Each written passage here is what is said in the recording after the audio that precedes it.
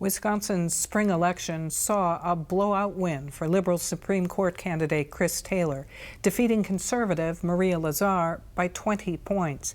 As Here and Now senior political reporter Zach Schultz tells us, it was an early night.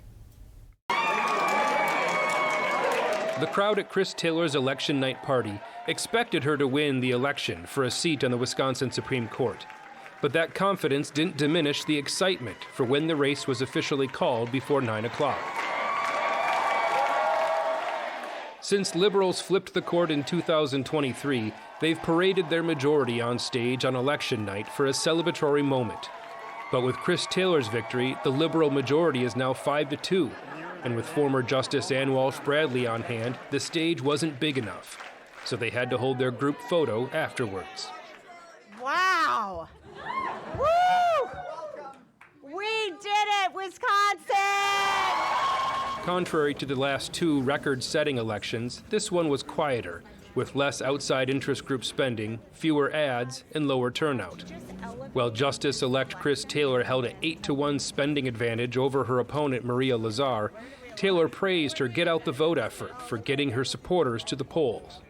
And I am so grateful for the grassroots support that I needed to win this race. This was a grassroots campaign about the people of the state of Wisconsin.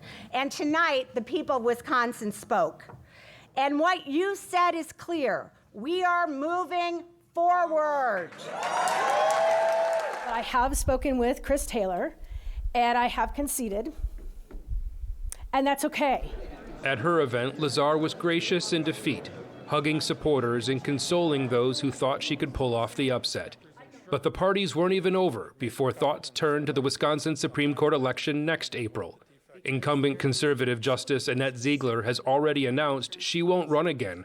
And with conservatives having lost 5 out of 6 races, there's a real question of what it will take for conservative candidates and their Republican supporters to be competitive in the spring. This race was run in a way that we were always behind catching up. That's not how races are going to go from now on. I want people in this state to demand better from your candidates. On the liberal side, potential candidates for next spring need to decide soon if they're running in order to start building up the fundraising network that has been central to their winning streak. Judge Pedro Colon was at Taylor's party and has talked about running in the past. And as I said, every race is unique, so I have to uniquely think about a race for the Supreme Court, but tonight is a great victory for the state of Wisconsin. With their new 5-2 majority, liberals will control the court until at least 2030. Reporting from Madison, I'm Zach Schultz for Here and Now.